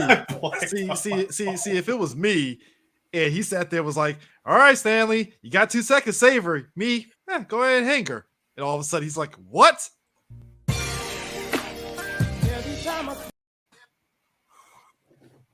Credits right there. I told you we gotta get rid of that fucking clip. You had a fucking break, and it's still fucking there. We fucking got it. Told you, we burned that clip, and it came back. Or if it was Eris in my shoes saying the same thing, he just look at Travolta like this. Oh no, Chris. First of all, he's like, all right, put it. No, before he says to put her down, the man was like, verify it. It's in. All right, bring her down. They set her down. She's trying to catch her breath. My man. Like you said, nigga down. Don't say that shit. No. He just took one. He took one. Like Gabriel took one look and just popped, like pop Halle Berry real quick, bruh. She hit the ground. Now, see, that made sense. But See, also in the same breath was like, she's DEA Stanley, get in the bus. They didn't even give him a second to grieve. Just say, get your ass on the bus. Hey, look, pure villain. I love this because the whole time we know about her being the part DEA, I'm watching this with my wife. I'm like, hey, Annie, why would the DEA be interested in what the fuck? There's no cocaine around this shit. What's going on here? There was no drugs. No cocaine, no heroin, nothing. See, and that should have been the first red flag. That should have been the first red flag when he rolled up on Ginger and she goes, I'm DEA Stan. Well, you know, I'm like, hold on, wait. Gabriel comes walking in the room. No. Gabriel, hold on a sec. You couldn't use ATF, CIA, NSA. You went with the DEA. I'm sorry. Hold on. I'm sorry. There is not a sugar bowl in sight in this compound. First off, he's white, so he didn't know. Harris, and you break the fourth wall. There's not a sugar bowl in here. The only thing that's in here close to cocaine, and you point off screen, is Joel Silver. Here's Joel. Fucking right. I mean, here's the thing, Gabriel. Granted, yes, I did get coaxed into hacking into the Department of Defense while getting my dick sucked. But here's the thing, Gabriel. Here's the crazy part. But that wasn't a drug. But here's the crazy part. Gabriel as a character, I'm amazed that there was no scene at the beginning in the club where he was snorting coke and he's talking to Stanley. I'm surprised that wasn't a thing. Chris, I have to repeat. No, wait, D. I got you, D. Chris, do I have to repeat myself? What? He is a driven, unflinching, calculating machine. But he looks like he can handle his high, though. Hey, Chris. He doesn't need to. That's the thing. And here's the biggest reason why, guys. Villains need a clear mind. Here's the bigger reason why, actually, Chris. This is part of the reason why D said, I don't think this money made his money back. Is because he was actually advertising Heineken. Remember, he always had the Heineken bottle there. Oh, much like Vin Diesel and his bullshit ass Coronas. Boy, Heineken. Look, remember the kid? Look, it had the cans. Oh. When I saw all of that, it hit me like a ton of bricks. Chris, you remember this. Remember during basketball season, before that, during the NBA Finals, they was advertising that fucking movie, and every time they showed the Heineken commercial, it was Swordfish. Hugh Jackman with a bottle of it. It ain't make budget. It's a whole lot of money. No, it's basically like the you know how musicians make money on tours? That was Swordfish. It made money off the fucking promotions, Heineken and the DVD sales. Heineken and it was Heineken. They actually did something with computers. I know they had an advertisement with like Dell or some shit. Maybe like I doubt it would be like IBM or some bullshit like that. I remember it was some tech company. I don't know what it was. But dog, like the ending sequence, and then he gets to the morgue, and he sees the body. Pull the sheet. And I like how he's like, oh. And then all of a sudden, it turns into the usual suspect. The usual suspect. He flashes back, and he was like, you remember Harry Houdini? You remember Harry Houdini? You know, diversions. Harry Houdini, Ashy Larry. No. It's this one. I'm DEA Stanley. He could make an elephant disappear in a room full of people. How did he do that? Misdirection. No, Eris. There was a police chopper when he shot at the helicopter. You didn't see that motherfucker go down that fucking stairwell next to the goddamn bus? Of stairs. There's a whole stairwell, right? You didn't see that? The police chopper didn't see that? Well, hold on. Wait. Hold on, Chris. I can back that. I can back that up. See, first of all, Stan sees Gabriel running for the chopper. Note that he goes around the chopper and not directly through, directly to the door. He goes around it. Granted, this could be on the off chance that the door for the chopper is on the other side and not the usual side. So there's that. Yeah. But in that split second, Stan ran back to the bus just to grab a rocket launcher. Mm-hmm. A lot has happened within those first few seconds. I'm just saying. How he could have missed the stairs. Let's be generous. 30 seconds at least passed. Yeah. And then on top of that, he gets to like the perfect position to start fiddling with the damn thing, and finally aims it at the chopper just to shoot it. And yes, we see the greatest remote control explosion ever. And the thing of it is like when he's having by the way, CGI that was in this movie, dated. No, but the thing of it is like he does all this. 2001. That's all I can say. And that's when he looks at the body and has that smirk, and Don Cheadle was like, fucked up what happened to him. He's like, yeah, shame. Shame. It's all right. He deserved it. And I like how he's like, no one's gonna miss him, Stan. All right, Stan, you can go home. We'll contact you if we need you. It's like, go see your kids. Go home with your white girl. Go home with your white daughter, man. Take your $10 million that Don Cheadle and the FBI don't know about. Obviously, yo, I'm just gonna put it out there. If this movie was made today, his daughter would be black. Why? Just because. No, D. You gotta specify the blackness. She be the fucking light skinned black from the Hate to Give. That chick. Ooh, that would be his daughter. Yeah, she got afro puffs. It's like, here's me. Y'all just put y'all dream Milano baby in there, didn't you? Also, D, because we are in unprecedented times. No, I'm going to say this. Fucking smart hawk. These are unprecedented times here. I'm just saying, because we live in these unprecedented times, she wouldn't just be the fucking pegboard of mulatto ideas. You know what I'm saying? Mm-hmm. She would also be ambiguously binary.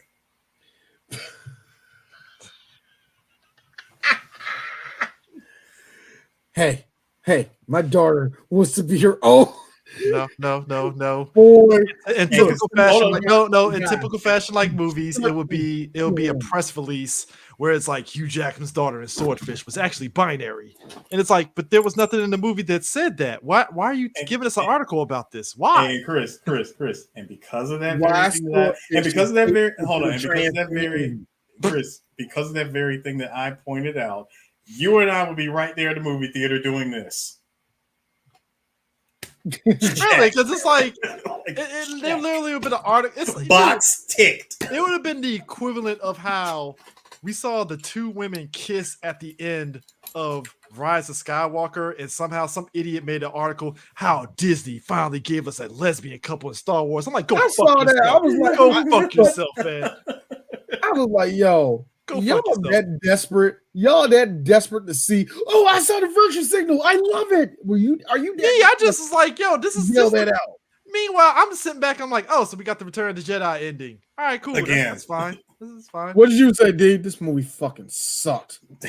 I mean, I would rather see. Hold on. Harris, look, Harris. This movie fucking sucked. What are them two dykes doing in there? Bruh, real talk, real quick. That is exactly how fucking geeks and gamers were. It's not enough. You could have just stopped to saying Rise of Skywalker sucked. They literally did what you just did. Hey, stop Rise of Skywalker suck. Why are those dykes kissing? And I'm like, you were this close. I was on your side, and you said that. I was on your side. And you said that. You know how? Why do you continue to get in your own way? Because you know that you saying that reminded me that was a thing. I hated Rise of Skywalker so bad that I forgot all the dumb bullshit that they tacked on that didn't need to be. It's like the movie. Like, look, as much as I like it, Palpatine still being alive, and you over there like, did you see that lesbian couple? No, nigga. Why is Rey so powerful? I'm like, there are other things in the movie you could have complained about, and you're getting at the wrong things. What are we doing here? All right, look. Rey is such a look. I don't give a fuck. Let's talk about Kylo Ren and how this nigga was a wasted fucking villain. See, if Swordfish came out now, they'd be like, wasted. Chris, you know how I get with Iron Man 3? No. With D, with those last 3 Star Wars movies, that's D. That's me with a whiteboard. No, fuck this shit. No. See, Swordfish came out right now. Sit down, guys. Swordfish came out right now. These neck beards and be like, why is Halle Berry so good looking? And I'm like, fuck. I don't know. It's so funny because I think stop. First of all, Chris, you got the wrong actor. Number one, it would not be Halle Berry. Mm-hmm. Geeks and gamers and insert neckbeard YouTuber ranter here. Why is Zendaya in this movie? Zendaya better not be in the movie though. No. Be real. Zendaya better not be in this movie as the Halle Berry chick because I'm not gonna watch it. Well, you know that's Hollywood's go-to, so you know. Like that's how it is. But you know what? They need someone cute. They need someone cute who can be snarky and say a bunch of crazy shit and look like at the same time also be very intelligent about shit on camera. Yeah. Eris, you know what I heard? Could be white. I heard that. Could be white. Could be. No. Here's the thing. Adjust the color. Adjust the color, the hue, and saturation. Bam, she's white. You know the little working theory I got that with light-skinned women, they're trying to make them look lighter in movies. So anyway, look, the thing is this though, Chris. Eris mentioned. It's funny that you mentioned the neck beards and people getting mad at Halle Berry for looking good and shit like that. Here's the funny thing. When the news came out that Holly was going to show off her boobies, do you know who got mad? These ironing board ass white women. Ooh. Now, let me make this very clear. Let me bring this up for a lot of people that don't know this also. This was in the middle of white women dick riding the living shit out of J-Lo. And all of a sudden, it's post the green dress, right? It's post the green dress, right? Oh yeah. Oh, yeah, of course. This is way post that, but this is when they still had that little kick of look, I got a little bit of a butt when they had that itty bitty bit of a and all of a sudden here comes Halle Berry, not even trying. All of a sudden, all these racist ass white guys, I like me some chocolate and Halle Berry. Yo, white women hated Halle Berry. And then look, and then Eric Benet ended up fucking a whole lot of other women in her. Hey, you know what? But you're right, D. Your TikTok nailed it though. Halle Berry managed to get a Bond girl gig out of it. That was great. She did. That was great. I mean, that was great. And you know, my snarkiness aside, that's still a rank. That's a rank. You were a Bond girl. Fuck it, man. Like, but it's like you said at the beginning of this. But it's like you said at the beginning of this episode. She set the tone on telling these women in Hollywood, you do realize you can negotiate. If you don't feel comfortable, negotiate for more money, and then if you feel comfortable, cool. Like it was right there. You negotiate for more money, or just flat out say no, you're not going to do it, or going back to 1979 again, completely argue with the director and the studio that you're going to be the way that you are, and just give these motherfuckers more work by airbrushing your bush in Alien. This is true. Will you get off the airbrushing of the bush? I will not, because that was some impressive shit for 1979. I mean, you know what's crazy too is that the Swordfish soundtrack. I think we've talked multiple times about soundtrack to movies. That was definitely during that era of the 2000s after the Matrix, where the type of music that was coming out, Paul Oakenfold and and all that and stuff. Paul Dugan. Am I saying it right? Paul Dugan? Yeah, Dugan. Yeah, Paul Dugan. That music was like, if you had some sort of anything dealing with computers or cyber or whatever, you use that type of music. You get these guys to be in it. And the Swordfish soundtrack, that was something that was popping off in clubs and, and all that shit during that time period. That sound that came out of Germany and England during that time with a lot of the music. Yeah. I believe there's got to be at least an action movie that came out somewhere between 2000 and Jason Statham movie, like between 2000 and 2002, that Ferry Corsten was supposed to do, and we got robbed. And I blame 9/11 for it. Yeah, 9/11. Because here's the funny thing: after Swordfish came out, Swordfish was still in theaters when 9/11 happened, and they took it immediately out of theaters. Yep. After 9/11. Like, and it's understandably so, because we just talked about the bus hitting the building and it blowing up and all that shit. They took that shit off. Dude, anything that had the slightest resemblance of anything crashing or careening into a damn building was yeeted off. Even Matrix got edited during that scene when they're saving Morpheus. Yeah, they did. Yeah, that shit got edited. Anime wasn't safe. The Teddy Bomber episode got yeeted. Best episode, bar none. But I'm sorry, what were we gonna say, D?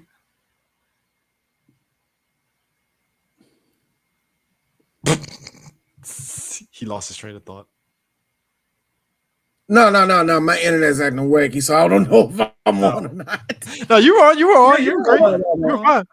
No, I was gonna say, even with animated Great Saiyan episode, they didn't show that episode with that plane almost hitting the damn building. I mentioned that too. Mm-hmm. Actually, no, it wasn't even a plane. The building was just on fire. Yeah, it was. Oh, even more funny though with all that. Yeah, they took it all off. After 9/11, it premiered in France the very next day. Yeah. well, because France isn't America, hence why we have freedom fries. And the Homer versus New York episode on The Simpsons was forever banned for the last 20-something years. Oh, do you want to know something funny though, Chris? Mm-hmm. The shit that makes me laugh is that all the shit that he's talking about with the government. Like the government's going to do that to you. Like we're going to stop the government from doing that. Here's me. No, because a couple months from now, a thing called the Patriot Act is going to make you shut the hell up. Yep. I just find it funny that Hugh Jackman changed everything, didn't it? I just find it funny because Hugh Jackman, I think right after this movie, he got jacked for Wolverine from X-Men 2 onward. Like this is probably the smallest I've seen. Because X-Men 1 and this was like the smallest we've seen Hugh. Wait, real quick.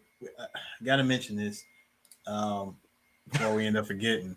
There's this looking like Busta Rhymes in the music video right now. You're right, because I'm trying to grab I'm trying to grab the mouse. Anyway, sorry, I just no. I just meant to grab this. No, but check this shit out. So at the end of it, my man gets to roll off with 10 million plus 100 grand from earlier. I know, right? He still got that. Because damn well he ain't spend all that 100 grand. He still got that 100 grand to 10 million.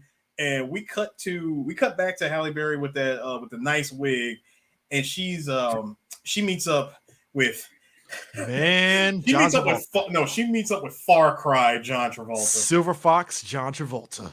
Nah, that looks like John Travolta if he had a British accent, like hello. John Travolta looked like he would pull off the laziest British accent.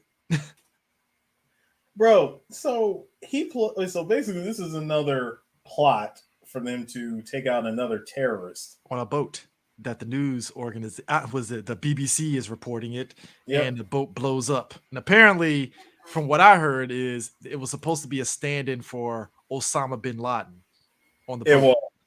It was. Now, bear in mind, they couldn't even say the name. How ironic that scene. How ironic they were going to go with that. Literally 2 months, 2 to 3 months before 9/11. Now, most people don't realize Osama bin Laden's name was actually ringing out before 9/11. That's the crazy part. Hey, Chris. Here's the fun part. That was months before Osama and all them pulled up on that one naval vessel and said, "Boom, run, nigga, run." Yep. Oh, you talking about the Cole? The U.S. Cole. I mean, the U.S. Cole. I think it's the USS. It was the Cole, and that was in 2000. Yeah, it was 2000. That was before Swordfish. Yeah, so his name was ringing out pretty well before then, and just for this movie to be like, that's Osama bin Laden. I know that's what that fucking shit is. Don't fool me, movie. He's on a yacht. Yeah, well, I know. Why would he be on a yacht? Because he likes styling. Styling and profile. No. Yeah. I mean, when you got this on a yacht with you, yeah, I would be too. No, yeah, of course.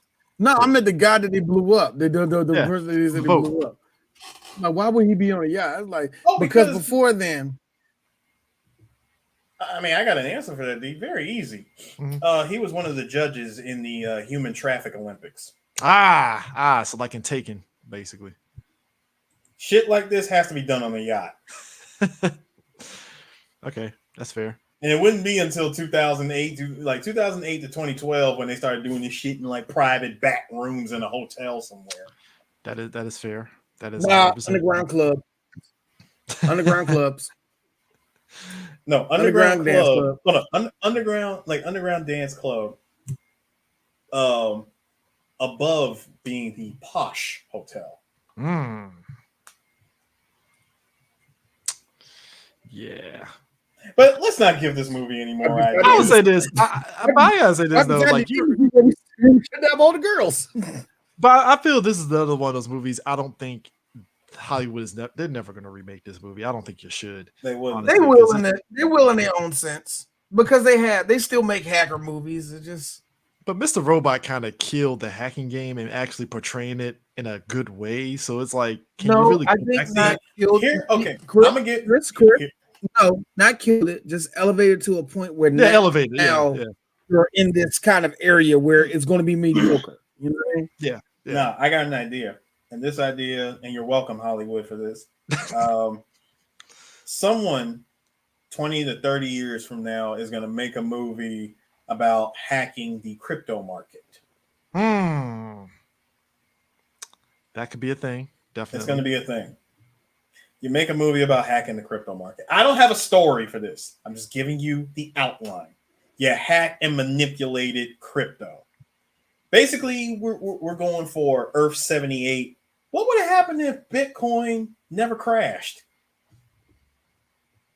Because real talk, Bitcoin crashed at least 2 to 3 times. But this is the hardest crash it ever took. Harris, what you're saying 30 years from now?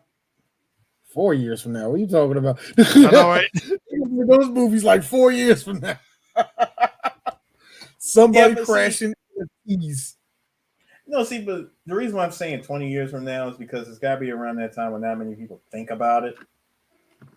Kind of like now, nobody's thinking about Bitcoin. It's like, we're going to hack the Bitcoin so we can fight terrorists using Bitcoin. The only people that still talk about Bitcoin are people that don't even have Bitcoins. So, you know.